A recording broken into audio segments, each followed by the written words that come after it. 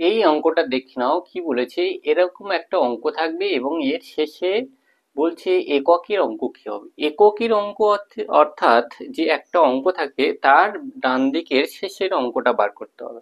তাহলে এখানে যে সংখ্যাটা আছে এই সংখ্যাটা 98 বার গুণ করা সম্ভব নয়। এখানে যে অঙ্কটা আছে এই যে সংখ্যাটা রয়েছে, এখানে যে সংখ্যাটা রয়েছে শেষে আছে কত, 9।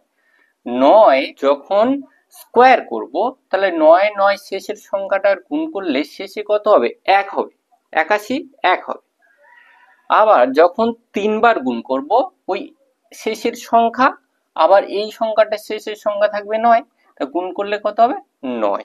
ওইভাবে আবার যদি গুণ করা যায় এই সংখ্যার শেষে 9, এই 9টার সঙ্গে আবার 9 গুণ করলে কত হবে, 1।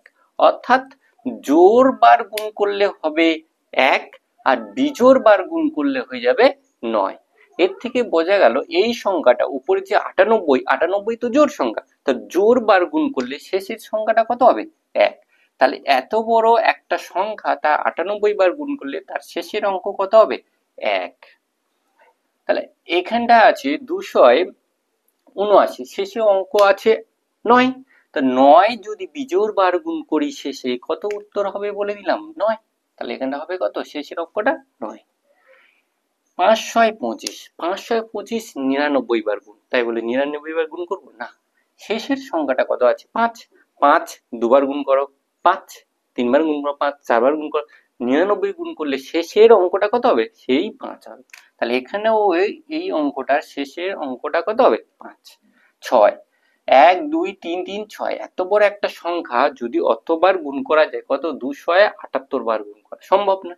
তাহলে শেষের অঙ্ক অর্থাৎ এককের অঙ্ক কত, 6। 6 ওই সংখ্যাটা দুবার গুণ করলে শেষে 6, 3 বার গুণ করে শেষে 6, মানে 6 ছক 36, ফিরে 6 গুণ করে 36, মানে শেষের অঙ্ক কত হবে, 6। তাহলে এখানে শেষের অঙ্ক কত হবে, 6। এবার দেখো এই কটা গুণ করতে হবে, এই কটা গুণ করে 5 ছক 30, অর্থাৎ শেষে কত হয়ে গেল, 0। অর্থাৎ যাবতীয় যা গুণ করবো শেষের সংখ্যা কি হবে, 0 অবশ্যই হবে। তাহলে এই অঙ্কটার শেষের এককের অঙ্ক কত হয়ে গেল, 0।